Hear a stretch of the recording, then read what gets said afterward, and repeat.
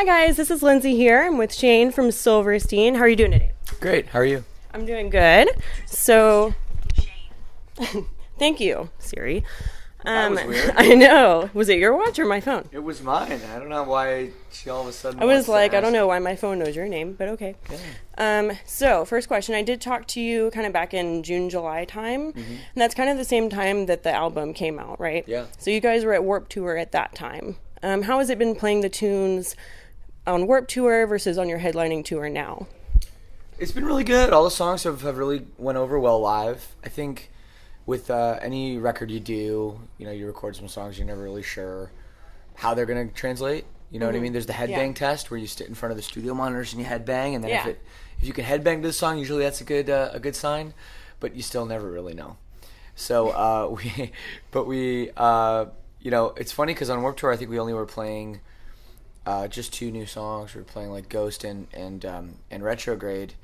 And then as we, after Warped Tour, we kind of figured out a few more and started playing some other ones. And one song that's going like really, really well live is called The Afterglow. And like we weren't really sure about that one because it's like a popular kind of song. Yeah, I've seen that commentary on that. Yeah, but for some reason when we play it live, it goes like pops off, it goes crazy. Okay, so good reactions from it overall then. It's been really good, yeah. Okay. How has it been? I know last time I talked to you, it's literally in like a month, it will be 10 years since I last talked to you. Wow. So I know you were in Victory at that time. Yeah. You've since moved to Hopeless and then Rise. How have Rise Records been for you? They've been great. Yeah. I mean, Hopeless and Rise are both awesome labels, and the thing about like people sometimes ask why we've switched labels and stuff, and we've had different labels in Canada and other countries and stuff, and really it's just that the music industry is changing so much all the time, and like we signed for 2 records with Hopeless, and we did 2 records and they were great, and then when that was over, we looked around and said, okay, what's the best place for us now? And then we did 2 records with Rise Records, and who knows what's next? It's ever changing. It's like the Wild West, like. Yeah, for sure. Yeah, like now, nobody would have thought, just a few years ago that streaming would be like so important. So now that's the next thing. It's like, okay, how do we, make sure that our music is getting out to our fans and new fans on the right formats, and and every label has a different approach. So, like we're loyal people, and we've had a lot of the same people working for us for years, and we've barely had any band member changes, but in terms of the business side and things, I think you have to constantly be, evolving and working on kind of on your toes on what's best for you, for your band in your future. Definitely. Next question I had for you. You guys have quite a few videos for this record. Was there one that you were most excited about? I don't really like videos. No? No, I never have. But for videos, would you prefer being in them, or do you like having the characters? Oh, I'd prefer if I have nothing to do with them at all. Really? To be honest, I really don't. I never have liked videos. I always it's like, first of all, anybody that's never made a music video, you have to hear that song over and over and over again for like 12 hours, and it's tiring and it's exhausting, and you never know what looks good. You're never sure, and they have what's called the treatment, which is like, okay, this is like what the video is going to be. This is like the story, or this is the type of shots or whatever. And it never turns out the way that it's written on paper. Yeah. So it's just like, I just don't like the process of videos. I love watching other people's videos and stuff, and it's great. But my own videos, I've never been a fan. No, not just this record, but just in general. Just in general, and I think the videos on this record are cool. Like especially the one we did for Lost Positives, and the one we did for Whiplash. We worked with our friend Wyatt, and he like killed it. The stuff he shot in Japan was super cool. Yeah. So I think those videos are great. And a big improvement from most of our videos. But my take is that I'm just not a huge fan of the acting in music videos. So speaking of those 2 in particular, maybe I'm just weird for noticing, but on both of those, there were people with nosebleeds. One was in the beginning and one was in the end. Is there a reason? Or just that was just a random... Because sometimes bands will do videos where like it's connected. Cash in that Stranger Things. I was like, everyone's Stranger bleeding. Things hype, so that's all it is. Okay, so no major issues. Oh well, I mean, there's always there's a bit of tie between the videos, I think. And what kind of tie would you say? Well, I think that's for people to kind of, interpret on their own. Yeah. Okay, understandable. So can you tell me a little bit about the writing process for this record? What kind of situations or things that might have inspired the writing and the lyrics? Yeah, it was just a real hard time for me. 2016 was sort of a shit year, I guess. Yeah. A hard year for me. I went through a lot of emotional sort of distress, and then that came out in the writing. I think it was all about that time, and it was interesting too, because when I was going through that, it was very current. It's like, it's one thing now, like I'm in a great place right now. I could write like a heartbreaking song, about whether it's just something in my head or something I've experienced in the past. Right. That's going to be a different sort of vibe than if I'm going through that horrible time right now. Yeah. You know what I mean? Literally, like, tears streaming down my face as I'm writing. Like, that was more of the vibe with Dead Reflection. And I think that it made for a really, like, a different kind of darkness. Yeah. Do you know what I mean? Because it was so real to me. So I think that was a big difference between that and something like I Am Alive and Everything I Touch, which was in some ways heartbreaking stories, but all of it was talking about, the past. Right. Good drummer, huh? Yeah, I do hear him. There we go. I do completely understand that. I did a lot of writing, and it's much easier when you're in that moment than looking back, which I'm kind of glad that you brought that up. I don't know if easier is right. I think in some ways it's harder because you have no insight. You have no, you know what I mean? You have no like outside looking in. You're just in. You're in this box where you're like, you don't know which way is up. So I wouldn't say it's easier at all. I think it can make for impactful lyrics, but I don't know. Easy. There's nothing easy about writing Dead Reflection. Situation. Right. There's nothing easy about writing Dead Reflection musically or lyrically or even recording it. There's nothing easy about it. I guess out of those three, I don't know how I want to phrase that, but what you were just saying, the writing versus the recording, there's nothing easy about it. Does it get any easier though? No, playing it gets harder. Them, you feel the emotions every time you sing them, or I think sometimes. I think because it's still pretty fresh. Yeah. Not only is like the it's new, like it's just came out like 6 months ago. Yeah. Fresh, but also when I was writing it, it was fresh. So I think sometimes it's more so. You think about the meaning of a song than you do like a song like My Heroin, which we played like thousands of times, and I wrote so long ago. Like, I guess I kind of remember what it's about. Do you know what I mean? So that kind of stuff changes. But in terms of recording, writing, and stuff, that does not get easier.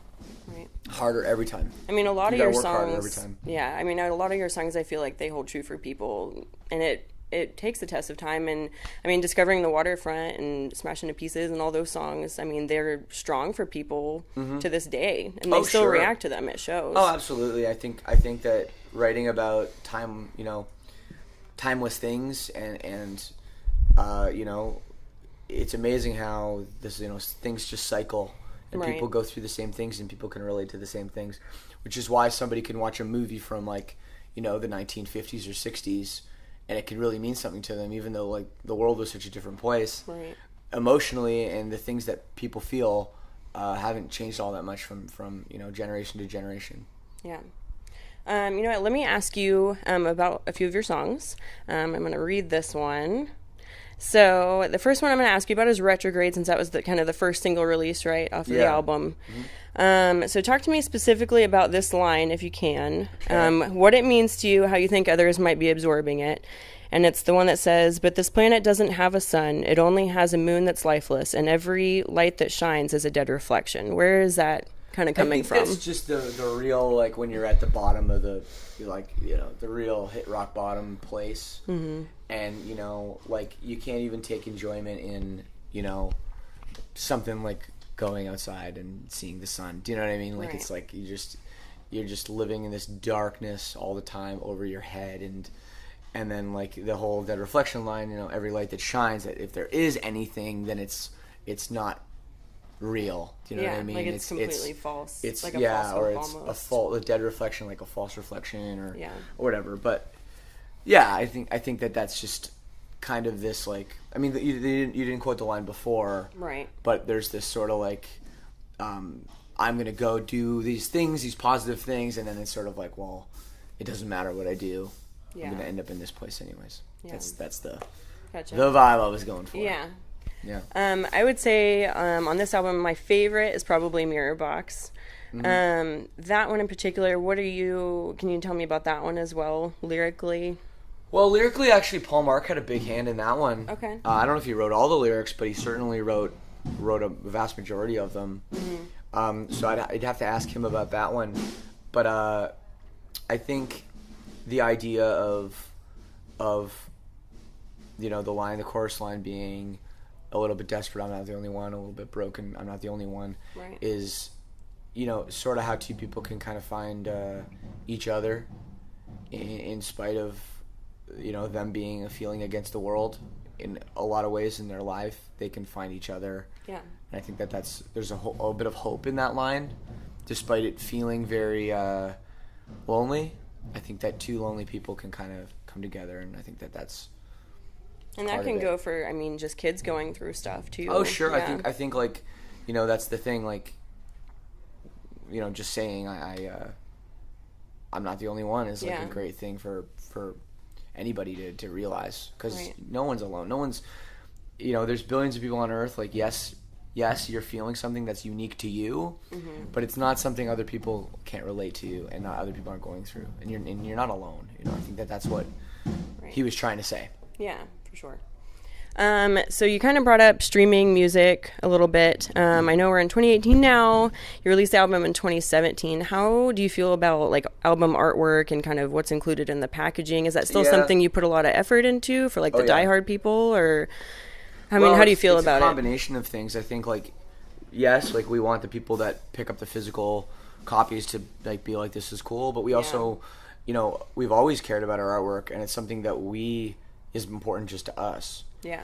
So I think when we did the Dead Reflection artwork, we went through like 35 or 40 different covers. Oh, wow.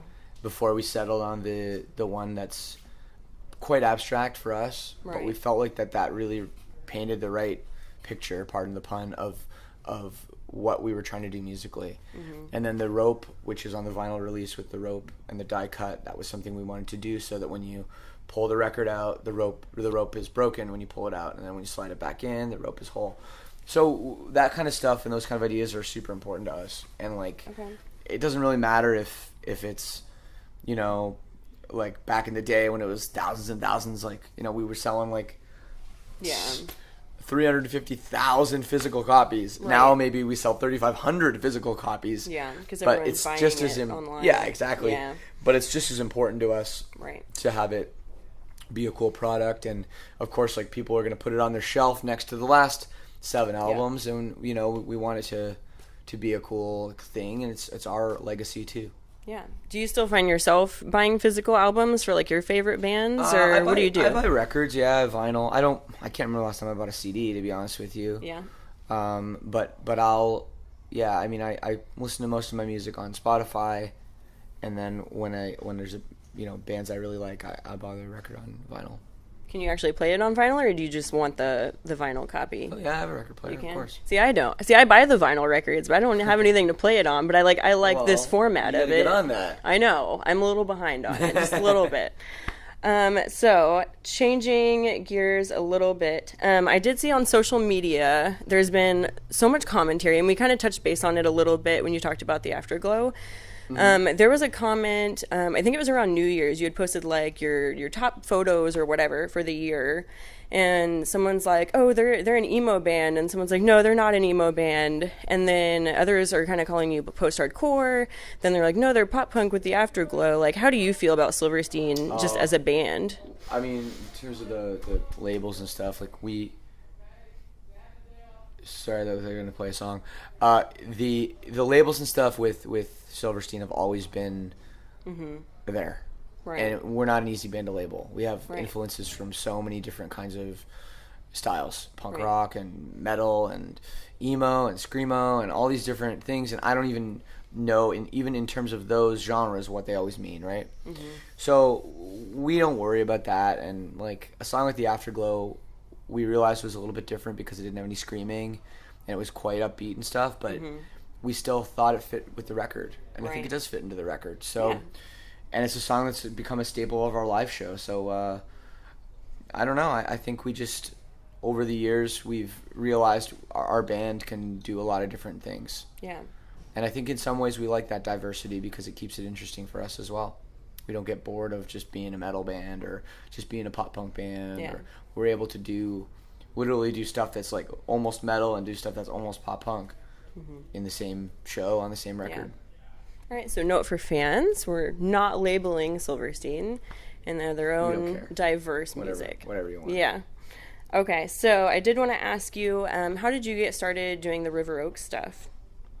Well, I've always, played guitar in bands and stuff, and I just missed it. Yeah. I just missed that, and I write songs for Silverstein, but I don't know. I just thought it would be fun to try to do something on my own and do something a little different, and just went out and wrote and recorded 3 songs with my friend Jordan, and that's the EP. Yeah. And it was really well received. I was really happy with it, so went out and did some solo shows, and that's really the whole story. I mean, there's not really much else to it. Is and the touring I'm working on new stuff. Is the touring a little bit different doing the solo stuff? Oh yeah, because it's me and Spencer who works for Silverstein, and just the two of us go in a car. Oh my gosh, like a regular car? We gotta make or like a van kind of thing, because yeah. you have to carry your equipment and stuff. I guess. Yeah, there's not much equipment. It's just me. Yeah. So I bring like a little amp and a guitar, and we bring some T-shirts, but like. I mean, we even did some stuff like flying. We flew out to California to do shows, so it's a different vibe, and it's just 2 of us. It's like, you get some bro time. Hey man, what do you want to get for lunch? Yeah. So we just go get it. There's no like. Yeah. It's just it is good, and we get along really well, and the shows were all so much fun. Yeah. So yeah, it's definitely it's a good question because it is definitely a very different vibe from like this whole production thing. Yeah, for sure. So your other project that you have is the Lead Singer Syndrome stuff. How did you get into that? Because I don't think I've seen anyone else that does something like that. What made you want to do that? And like, how is it for you being on the other side of the interview and asking all the questions? Well, I had this funny name for a show, Lead Singer Syndrome. I thought it was funny. Yeah. To have lead singers interview other lead singers. And originally I wanted to do it, like filming like you guys are in that way. I thought like making a YouTube channel would be cool. Yeah. But then I realized that, first of all, I don't know a thing about filming or editing film. It takes a lot of time. You know how my opinion is on music videos. Yeah, so maybe not for you. Yeah, okay. So I decided, and also I realized that you have to be in the same room as somebody if you're filming, right? Right. So somebody suggested to do it as a podcast. So I did. Yeah. And it's been really successful. We're at like 115 episodes. Over 2.5 years now of doing it, and it's been super fun. I've met so many friends doing it. People come up to me every day and tell me how much they like it, and just try to give fans and people outside the little inner circle of bands a look into what it's like to be to do what I do and what other singers do. And I mean, you'll think of questions too that like someone like myself wouldn't think of because you're in that situation. Oh yeah, and the biggest thing is like I'll be interviewing somebody, and they'll say, "Oh well, you know how it is," so they feel instantly that they're talking to someone that understands the subtle nuances of what they do, which I think makes for a little bit more of an interesting podcast. So check it out, leadsingersyndrome.com. For sure. Has there been anyone in particular that you just super enjoyed interviewing? Is your watch talking again? She just keeps acting up. Sorry, the question was... anyone in particular you've like super enjoyed interviewing through that? So many people. I mean, even Jenna from Tonight Alive, she was so terrific. We talked about so many great things. And, and that's somebody that I, never met before. And you just talk to them over the phone, and all of a sudden, like, you become, like, real close. So... And I think that's probably part of why this tour ended up happening. Okay. Because we had that podcast. So, all the time. So many people. That kind of goes into my next question, too. Like, is there anyone else, like, you've, met through this that you thought maybe we could collaborate or maybe we can go on tour, or someone you didn't think of before? I think so. In terms of it actually happening, I don't know yet. I mean, I think this tour maybe. I haven't asked Jenna specifically if that's the case, but, Yeah. So no one specifically in mind right now. No collaboration ideas for future endeavors. Not sure. Okay. You probably wouldn't release that to me anyways. Well, but there isn't anything. Okay. So that's fine. No worries. So random question, and this is an old music video. It's not yours. All right. 2016, Simple Plan came out with a video, and I definitely saw you in that video. Oh yeah. How the hell did you end up in that video? Just buddies with them. So you were buddies with them before all that? Oh yeah. I know you're both Canadian. No, we've been friends with them. We did a tour with them in 2006. Oh, did you? And we've been like real tight ever since. Okay, cool. Yeah, like all of them. They're all like anytime they're around, we hang out and our paths cross. Yeah. Do y'all kind of live like up near the same area? No, they totally live in Montreal, so they live. Okay. They live in French Canada, and we live in English Canada in Toronto. Yeah. So it's like 6-hour drive. And none of you guys like speak French or anything, right? So that's why you're like English Canada. I don't know the difference. Yeah, like basically like only really in Quebec and parts of New Brunswick is French really like prevalent. Okay. And people do speak French all over the country, but like where we live, you couldn't like go into a store and start speaking French. They wouldn't know what you're talking about. So if someone came and spoke French to you, you'd just be like, I don't know. I can understand it a little bit just from being in Canada a lot, and like something actually like, so all of our food packaging has to have English and French on it. Mm-hmm. So I've been like looking at things and reading the French side and going, flipping it over, reading the English. So just through that practice, I know a lot of words in French, especially food. Yeah. But no, I don't speak French. I'm personally terrible with foreign languages. I can't. Like my boyfriend's Bosnian, and we've been together 8 years, and I know like some numbers, but that's about it. Like I can't. Well, that's a language that people aren't speaking all over the place in Houston, Texas. I don't think. This is true. Although you think it's not Spanish, very common. you'd be, Yeah, I can't do that one either. Okay. I'm not good at that either. It's fine. So I do have a few fun questions for you. If anyone in the band is kind of considered the troublemaker, or you get in like a random weird situation, like who's going to cause it and why? I think it's Josh's birthday today. He can be. You never really know what's going to happen with Josh.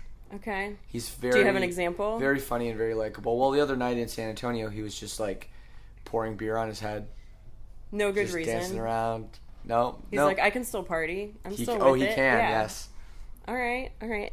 Would you consider him the class clown or someone else? Oh yeah, most definitely. Out of all of y'all, for sure. Definitely. Okay. Next one.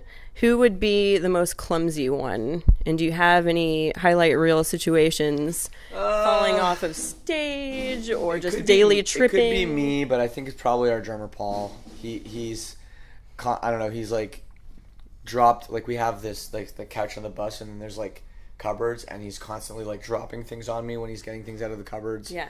But it's more like daily. We aren't like, she's not super close. Maybe I shouldn't say that, but like once in a while I'll see him have a little moment with that, but that's a bit of a stretch. Yeah, just a little bit. And you've never like fallen off of stage? Oh yeah, have absolutely, you? Sure. Was it bad? Like, did you get injured pretty bad? Yeah, or you kind of just popped right back up? One time I think I broke a rib.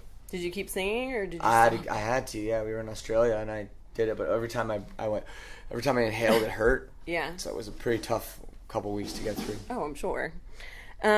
So another random kind of fun one. So think back to being a child right now. Before you were, say, like 8 or something. Okay. What did you want to be when you grew up, and how do you think you would do that job now if you weren't in Silverstein?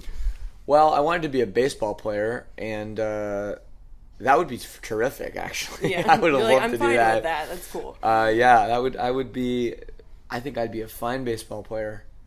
Do you still think you can play okay? No.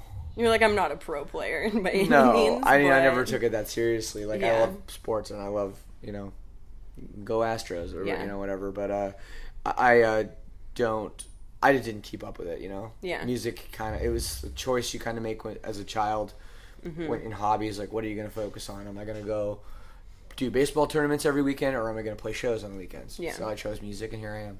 How old were you, do you think, when you kind of switched gears on that for sports versus music? I was probably like between 10 and 12, because that's like when I started playing guitar. Like middle school, kind of. Junior high? Even before that. Okay. I was like in the 6th grade when I started playing guitar and kind of took over my life. Okay. Last question.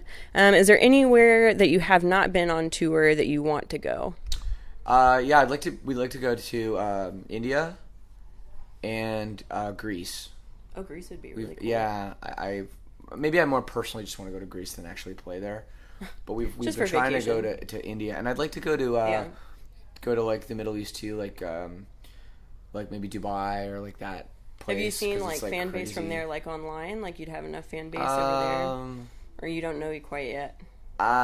Probably not. Not as much. But we'd like to go anyways. Yeah, I mean you could just go for the hell of it too.